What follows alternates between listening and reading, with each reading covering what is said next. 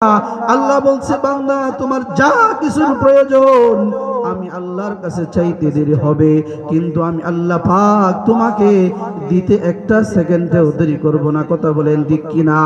আল্লাহ বলেন আমি আল্লাহ তো এমন আল্লাহ, ইন্নাকা আলা কুল্লি শাইইন কাদির। আমি আল্লাহ হইলাম এমন আল্লাহ যা দুনিয়ার যা কিছু আছে সব কিছুর উপর ক্ষমতা আমি আল্লাহর। কথা বলেন ঠিক কিনা?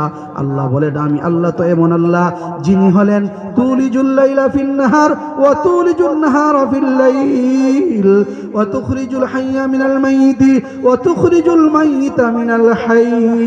আল্লাহ বলেন আমি আল্লাহ তো এমন আল্লাহ যে আমি আল্লাহ রাত্রিকে দিন বানাই, দিনকে আবার রাত্র বানাই, জীবিতকে মৃত করি আবার মৃত্যুকে জীবিত করি।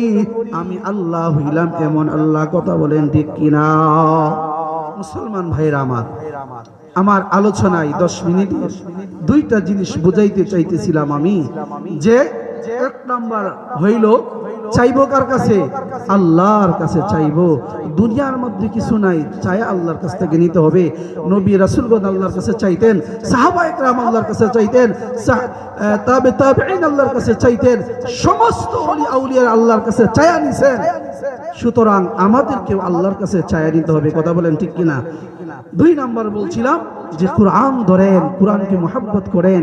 এই তাহফিজুল উলুম মাদ্রাসা আয়েশা সিদ্দিকা রাদিয়াল্লাহু তাআলা মহিলা মাদ্রাসাকে মহব্বত করেন, তাহলে দেখা যাবে কি আমার আপনার হাসরের ময়দানে এই কোরআনটা আমার আপনার জন্য নাসাতের ওসিলা হয়ে যাবে। আল্লাহ বলেন ওয়াবতাগু ইলাইহিল ওসিলা।